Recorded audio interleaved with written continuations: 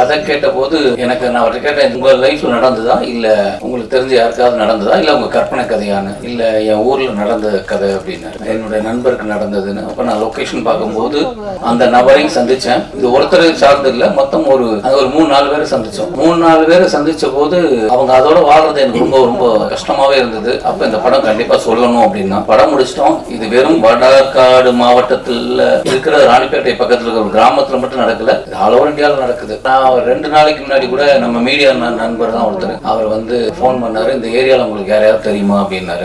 ஏன் என்ன விஷயம் அப்படின்ன போது படத்துல என்ன நடந்ததோ அதே சம்பவத்தை அவர் சொல்றாரு. அதுவும் ஒரு சீனாவே இருந்தது. அந்த சீனா அவர் சொல்றாரு, எனக்கு ரொம்ப இந்த மாதிரி ஒரு பிரச்சனை அப்படின்னு. அப்ப நான் சொன்னேன், நீங்க போய் பாருங்க, உண்மை இருக்கும் பட்சத்தில் நீங்க அங்க இருக்கிற காவல் நிலையத்துல போய் தகவல் சொன்னீங்கன்னா அது ஆக்ஷன் எடுப்பாங்க அப்படின்னு. அதுக்கப்புறம் என்ன ஆச்சுன்னு கூட கேட்கல. ஏன்னா இது வந்து லைஃப்ல ஒண்ணு நீங்களே கொடுத்துருக்கீங்க, பேப்பர்ல பார்த்து நான் கடந்து போயிருப்போம், இல்லைன்னா எங்கேயாவது விஷயம் கேள்விப்பட்டிருக்கோம், நமக்கு இல்லைன்னு சொல்லி நகர்ந்து போயிருப்போம். ஆனா இது வெறும் படிக்காத பாமர மக்கள் மட்டும் இல்ல, படித்தவங்களும் இதுல பாதிக்கப்பட்டிருக்காங்கன்னு ஒரு விஷயம் இருக்கு.